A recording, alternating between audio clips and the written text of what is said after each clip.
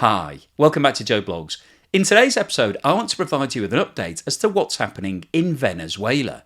Now, Venezuela, which is located in South America, is the country that has the largest oil reserves in the world. So you would have expected it to be a very rich nation and doing very well for itself, given the fact that oil is still a precious commodity that most countries in the world are buying large quantities of. But Venezuela is not doing very well. In fact, it has the highest level of inflation out of any country in the world. Currently, 398%. So year-on-year prices have increased by almost 4 times in Venezuela. Interest rates are running at around 56%, and the currency is in the toilet. Now, the majority of the problems in Venezuela are self-inflicted. During the Cold War period, Venezuela decided to opt for a communist regime and to get close to Russia, which obviously put it at odds with the USA.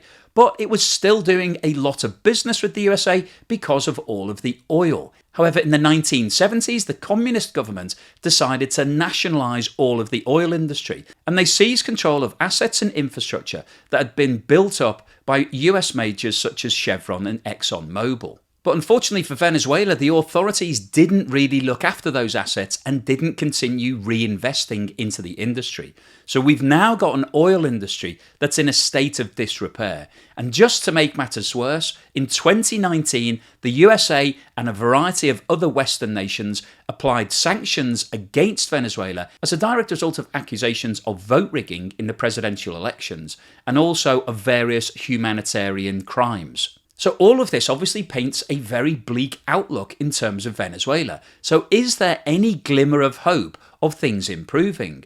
Well, over the course of the last 12 months, we've actually seen a slight thawing in the relations between the USA and Venezuela, and some of the sanctions have actually been lifted. And interestingly, this has come at the same time as the sanctions against Russia, one of the other oil-rich nations in the world, have been ramped up as a result of Russia's invasion of Ukraine. So one of the key questions that I want to investigate in this video is whether or not the relationship between the USA and Venezuela can actually be patched up, put back to a good place, and actually get the Venezuelan economy back on track. So in today's video, I'll give you a quick overview of Venezuela. We'll have a look at what's going on with inflation, interest rates, and the currency. We'll then talk about the oil industry. We'll look at what's happened in the past and what's happened over the course of the last 12 months, particularly with Chevron, who's one of the big players who still have operations in Venezuela. We'll then talk about what's going on with regards to the election in 2024, because that's going to be pivotal in terms of improving the relations. Venezuela needs to prove to the USA that it's going to operate a fair election process. And so far, there's been a few things happening which indicate that that might not actually happen, but I'll talk you through that later in the video. And then finally today, I'll wrap up with my summary. So what I think is likely to happen in Venezuela over the course of the next 6 to 12 months, and what the implications of this are for the global economy. So the eagle-eyed amongst you will notice that I'm back on screen. I'm back in the Joe Blog studio. We've got the sign, we've got the statue, and we've got me in a not checked shirt, which is a bit of a miracle. And the reason that I wanted to come back was that I recently appeared in a couple of videos where I was running an experiment, trying some history videos for the channel, which didn't really work, so you won't be seeing them again anytime soon. And I got a lot of positive comments below from people saying it's great to see you back, we'd like to see you more regularly. And one of the reasons that I came off camera originally was that I was getting a lot of negative comments. I ran a poll, and the votes from that poll basically told me that people didn't want to see me on camera. So I'd be interested to know what your thoughts are, whether you prefer to see me face to face or whether you prefer to see footage relating to the topics that I'm talking about. Now, if you are interested in seeing me more frequently, then check out my Patreon page, because going forward I'll be making face-to-face videos and posting them only for Patreons. So if you're interested in seeing more of this on a regular basis in a more relaxed fashion, then please go over to the Patreon page and check that out. However, if you don't like Patreon, you have some sort of political objection against it, and I know some people do, then why not check out my page on buymeacoffee.com. Venezuela is located at the northern end of South America, occupies a roughly triangular area that is larger than the combined areas of France and Germany, and has a current population of around 28 million people. The country is bounded by both the Caribbean Sea and the Atlantic Ocean to the north, Guyana to the east, Brazil to the south, and Colombia to the southwest and west. The capital of Venezuela is Caracas, which is the primary centre of industry, commerce, education and tourism. As mentioned at the start of the video, Venezuela is blessed with natural resources and has the largest oil supplies of any country in the world, and alongside its oil reserves it also has significant amounts of natural gas and coal. Prior to the development of the oil industry, agriculture, fishing and forestry were central to the Venezuelan economy and produced more than half of its GDP. Venezuela's main cash crop is coffee, and its staple food crops are corn or maize and rice. It's reported that Christopher Columbus first arrived in Venezuela in 1498, and European explorers named the region Venezuela, which means Little Venice, after observing local houses on stilts above water. The Spanish established their first permanent settlement in Venezuela in 1523, and the country was under Spanish control for almost 300 years until it obtained its independence in the early 19th century after fierce fighting led by revolutionaries Simón Bolívar and Francisco de Miranda. This chart shows the movement in the rate of inflation in Venezuela over the course of the last 12 months. Now, before we get into the detail on this, I wanted to point out that the information that's being released by the Venezuelan authorities is extremely limited. They are not disclosing what's going on in the economy, so we're having to piece together information from the limited resources available. But the inflation data is being released, and as you can see from this table, Venezuela currently has the highest rate of inflation out of any country in the world, and the current rate of 398% is more than 140% higher than the country with the next highest level, which is Lebanon at 252%. We then have Syria at 139%, and the only other country in the world currently with an inflation rate above 100% is Argentina, where it's 113%. And if we quickly scan down the rest of this list, you can see that there are numerous economies that are in a state of collapse. We've got Zimbabwe, Sudan, Turkey, Suriname, Haiti, Sierra Leone, Ghana, Cuba, Iran, Egypt, Burundi, Ethiopia, Malawi, Laos and Pakistan. And when you look at this table, it really puts the problems in Venezuela into perspective, because all of these countries are struggling right now. They are all going through major turmoil. But Venezuela is right at the top of this chart, and the scale of the inflation in Venezuela is absolutely ridiculous. And you can see from this chart that the problem has been going on for a long period of time. This time last year, inflation was running at 114%, which in itself is ludicrously high. That would mean that prices are more than doubling year on year. But over the course of the last 12 months, the level of inflation has started to escalate. And in January 2023, it rose to 345%. It then hit 415% in February and remained above 400% through to June. Now, in the normal course of analysis, we'd look at this chart and say that over the course of the last 3 months, the official rate of inflation has actually been coming down, which could be viewed as a positive. However, in this instance, there are no positives. 398% inflation is ridiculous. That is a state of collapse for any economy. So there's no point looking at this and trying to evaluate trends and saying, well, things are starting to improve, because until inflation gets down significantly below 100%, and I mean significantly back into maybe the 20s or the 30s, you've got major problems in your economy. At 400%, everything has completely collapsed. When prices are increasing around 4 times year on year, it basically means that it's completely unaffordable for the people of Venezuela. And that's why there's such a humanitarian crisis going on in the country right now, because wages haven't been increasing at anything like 400%. So therefore, people have less money. And as I'm sure you'll be aware if you follow the channel, the biggest problem in society are the lower income families, because they spend a large percentage of their earnings on food. And when you get to a situation where the price of food is increasing 4 times, it basically means you'll be able to afford less food, and therefore you're putting less food onto the table for your family, and people are actually starving. Now, as I talk about in a lot of my videos, there's usually an intrinsic link between inflation and interest rates. So let's have a look at what's been going on with interest rates in Venezuela. This chart shows the movement in the official interest rate in Venezuela dating back to the start of 2022. And you can see that the current interest rate is 55.78%, which once again is off the scale. Now, the generally accepted principle with regards to the dynamic between inflation and interest rates is that when you have high levels of inflation, central banks usually increase interest rates because that increases the cost of borrowing and therefore discourages both individuals and companies from taking on more debt.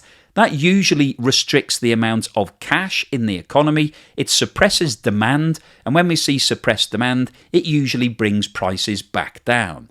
So you would imagine with 398% inflation, Venezuela should be aggressively increasing its interest rates. And to be completely fair to Venezuela, they have been pretty aggressive in terms of their approach to interest rates. At the start of 2022, interest rates were actually above 58%, and over the course of the last 18 months or so, they've remained above 50%. And to put that into perspective, the only countries with a higher rate of interest than Venezuela currently are Zimbabwe, where the official rate of interest is 150%, and Argentina, where interest rates were recently increased to 118%. So looking at these figures, you may be asking the question, well, how do you actually address the problem when inflation is up above 400%? And I think the answer to that is that this economy is completely broken. The direct relationship between interest rates and inflation no longer exists in Venezuela. Increasing interest rates to 60 or 70 or 80 or 100% will not bring inflation back down because there are other factors at play that are causing these extreme increases in prices. Despite the sanctions that are currently in place against the country, Venezuela is still a net exporter. It's exporting large quantities of oil. But unfortunately for the people of Venezuela, it's having to import lots of other things. And all of those things are priced internationally in the markets. And so the exchange rate between the Venezuelan bolivar and the other currencies is the critical factor that's driving up inflation right now. So let's have a look at what's been happening with the exchange rate. This chart shows the movement in the exchange rate between the US dollar and the Venezuelan bolivar over the last 5 years. And as you can see from this chart, there has been a significant devaluation in the bolivar. However, this chart isn't really a true reflection of the extreme devaluation of the currency over that period, because the Venezuelan currency has actually been devalued by the government on 3 separate occasions. The original bolivar currency was introduced in Venezuela in 1879 and was named after the revolutionary leader Simón Bolívar. As a result of the high levels of inflation seen in the early 2000s, the original bolivar was replaced by the bolivar fuerte in 2008, and a devaluation of 1,000 to 1 was introduced by the authorities. So this meant that 3 zeros were taken off the currency. So a 2,000 bolivar note now became a 2 bolivar note. As a result of the hyperinflation we've just talked about, the denomination of the banknotes started to get larger and larger, and in 2016 Venezuela introduced the 20,000 bolivar note, followed in 2017 by the 100,000 bolivar note. By 2018, the hyperinflation and the associated devaluation of the bolivar currency resulted in the exchange rate with the US dollar reaching 4 million to 1. In order to address this problem, Venezuela once again devalued its own currency, this time by 100,000 to 1, thereby taking 5 zeros off the currency. And new currency notes called the Bolivar Soberano were issued. And interestingly, at that time, the currency was pegged to the new cryptocurrency that Venezuela had issued. At the time of this devaluation, the highest denominated note was 500 Bolivar. However, due to continued hyperinflation and devaluation of the currency, by January 2019, the country issued 10,000, 20,000 and 50,000 Bolivar notes. And by 2021, Venezuela issued its first million bolivar note. And as the exchange rate at that time was around 2 million bolivar to 1 US dollar, a 1 million bolivar note was worth around 50 cents. Now, in order to try to address this slightly embarrassing problem, on October 1st, 2021, the Venezuelan president, Nicolas Maduro, applied a devaluation of 1 million to 1, thereby knocking 6 zeros off the value of the currency. So the previous 1 million bolivar note was now worth 1 bolivar.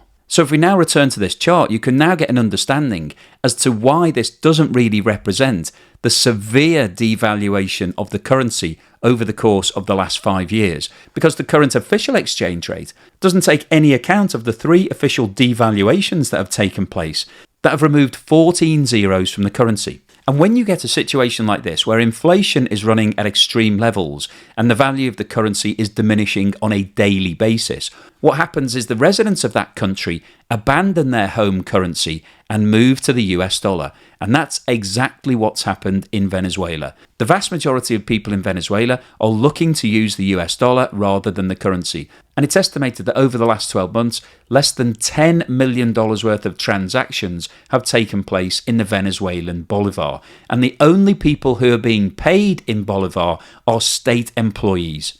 Everybody else wants the greenback because they've got confidence in the long-term value of the US dollar. This chart, put together by Visual Capitalist, gives you a visual representation of the countries with the largest oil reserves in the world. And as you can see, Venezuela has the largest identified reserves with 300 billion barrels. Saudi Arabia comes in at number 2 with 266 billion. Canada at number 3 with 170 billion. Iran has the 4th largest reserves at 158 billion. Number 5 is Iraq with 143 billion.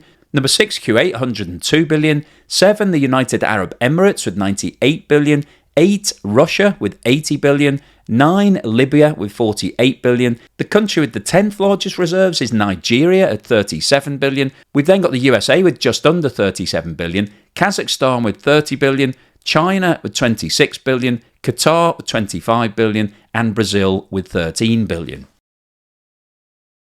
The first commercially viable oil fields were identified in Venezuela in the early part of the 20th century, and the first official oil well was established in 1914. During the 1920s, there was an influx of foreign countries and foreign investment. Multiple oil wells were set up all across the country, and by 1928, Venezuela was the world's largest exporter of oil. The industry continued to be developed, and by the end of the 1930s, Venezuela was the world's 3rd largest producer of oil, behind the USA and the Soviet Union, and was still the largest exporter. Now, prior to the oil boom in the 1920s, agriculture was a very important part of the Venezuelan economy, as it was a major employer and accounted for around 30% of total GDP. However, as global demand for oil grew, Venezuela put more and more of its effort into the oil industry, and by the 1950s, agriculture only accounted for around 10% of employment and GDP. Now, Venezuela is a socialist country, and in 1943, its president introduced the hydrocarbons law,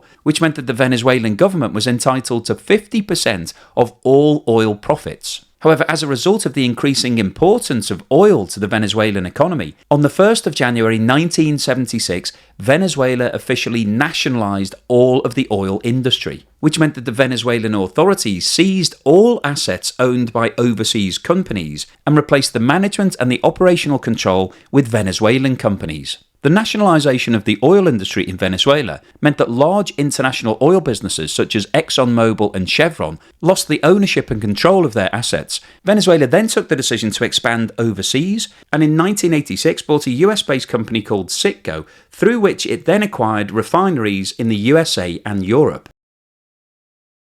Now, before we go on to talk about the easing of the sanctions against Venezuela, I wanted to give you an update on what's going on with CITGO, which is the US business that the Venezuelan national oil business, PDVSA, acquired in 1990. CITGO is a business that was originally founded around 100 years ago, which currently owns 3 oil refineries in the USA, in Texas, Illinois and Louisiana, and has 4,396 branded gas stations, predominantly in the east of the USA. Now, these gas stations are actually locally owned and operated by US nationals. However, they are supplied with fuels that come directly from the CITGO refineries. Now, Venezuela's acquisition of CITGO hasn't run smoothly, and back in 2010, the Venezuelan president at the time, Hugo Chavez, instructed the business to be sold for a minimum of $10 billion.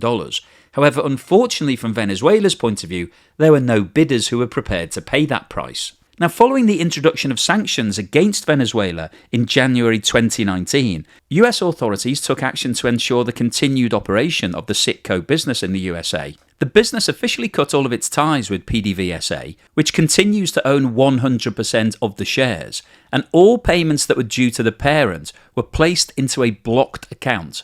Now, the loss of the relationship with its parent did actually cause problems for CITGO because it required financing, and at that time the US authorities approved a $1.2 billion loan provided by 35 financial institutions in the USA to fund CITGO's daily operations. Now, interestingly, with regards to the shareholding, in 2016 the Venezuelan authorities actually pledged 49.9% of CITGO's shares to Russian oil firm Rosneft as collateral for a $1.5 billion loan. CITGO recently published its financial results for the second quarter of 2023, which showed that profit at $380 million was down from a year ago and also down quarter on quarter. In the second quarter, CITGO processed 761,000 barrels of crude oil per day, a capacity utilisation level of 94%, compared with 772,000 and 96% utilisation in the first quarter of 23.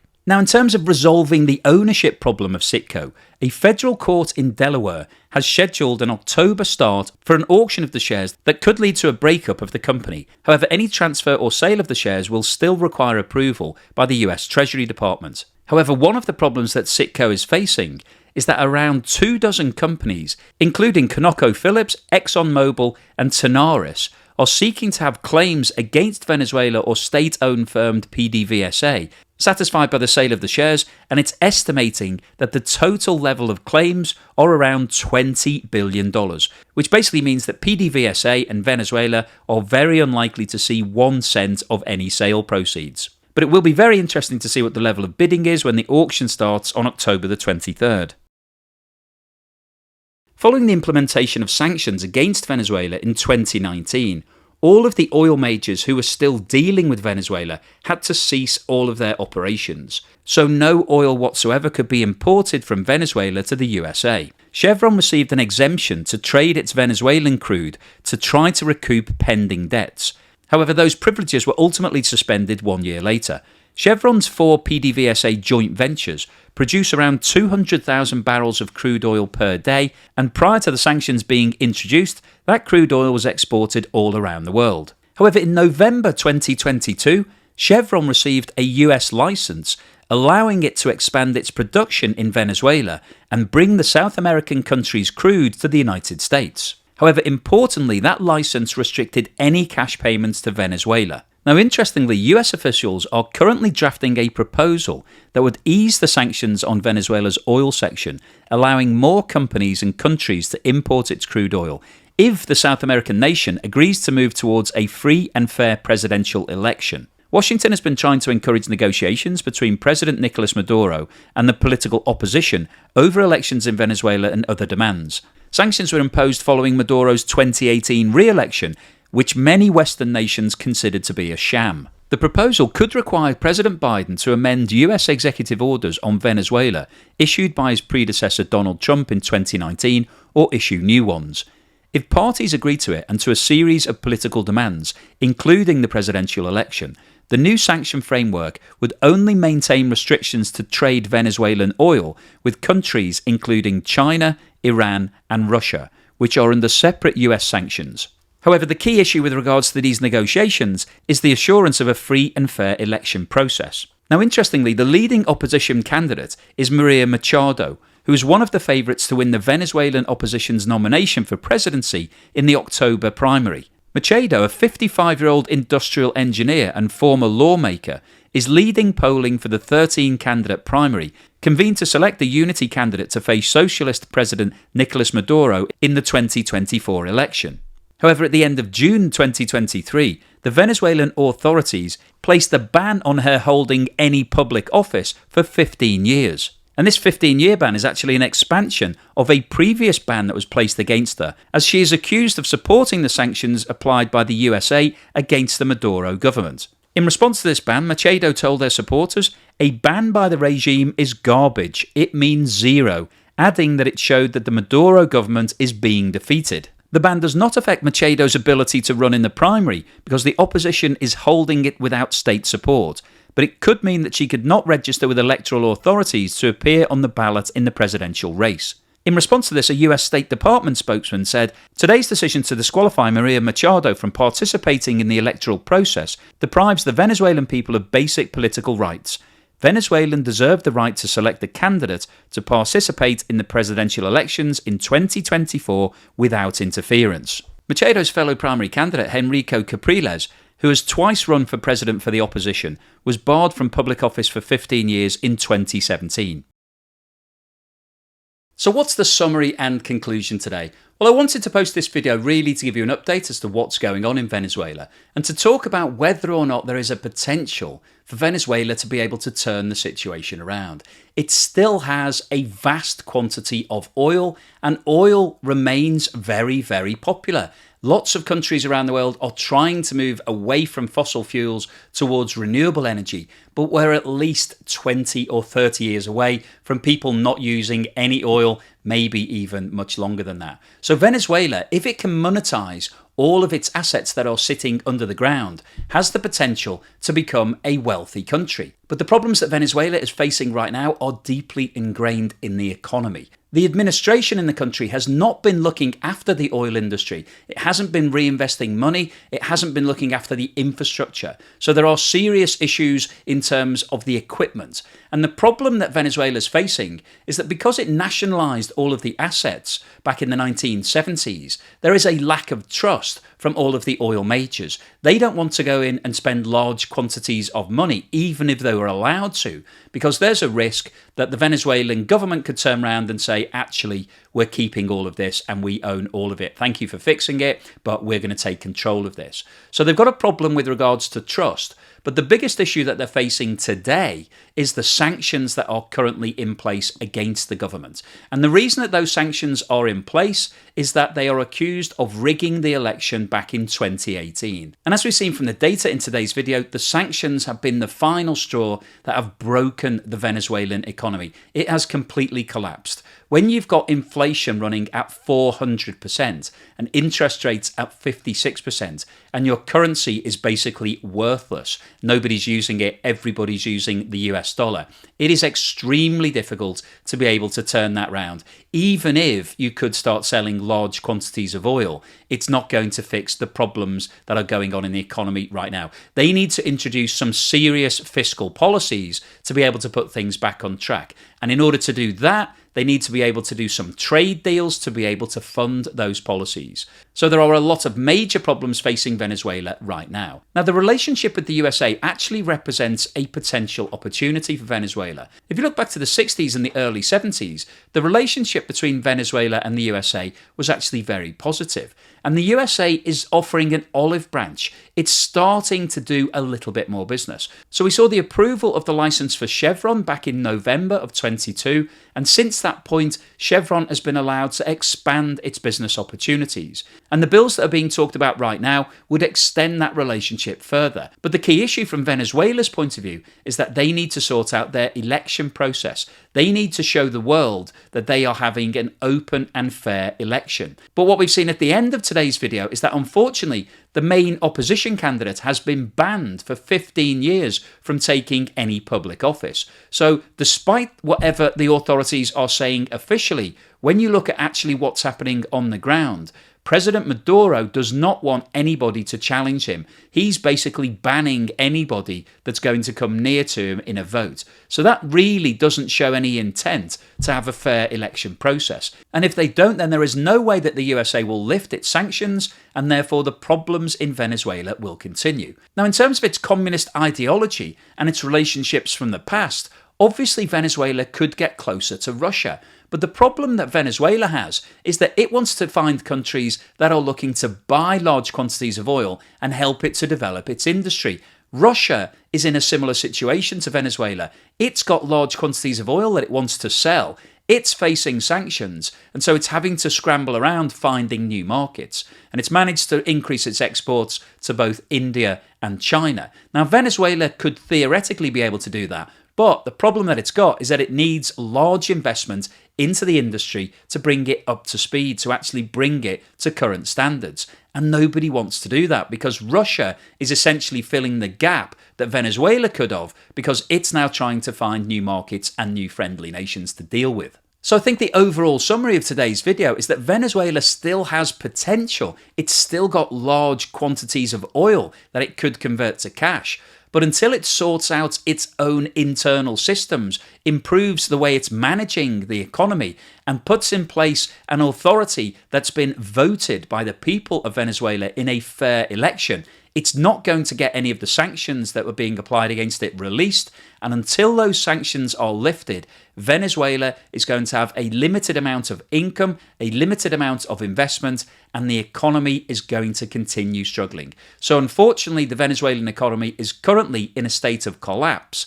And for the foreseeable future, certainly until the election in 2024, it's unlikely that we'll see any improvement in the situation. And actually, if that election proves to be another situation where it's accused of being rigged and a sham, and President Maduro wins a landslide victory again, then we may see the sanctions actually being increased, being put back in place in terms of that Chevron relationship, and the situation could actually get worse for Venezuela. So it's a real crying shame, because they've got this huge potential, they've got these huge assets that they could convert to cash, but unfortunately, because of the mismanagement by the government, it's still sitting under the ground, and it's likely to remain so for the foreseeable future. So hopefully you've enjoyed today's video, you found it interesting, informative, thought-provoking, and you've liked seeing me back in the studio again. If you've liked what I've said today, then please give me a thumbs up. Thank you for watching this video all the way through to the end, and here's something to put a smile on your face.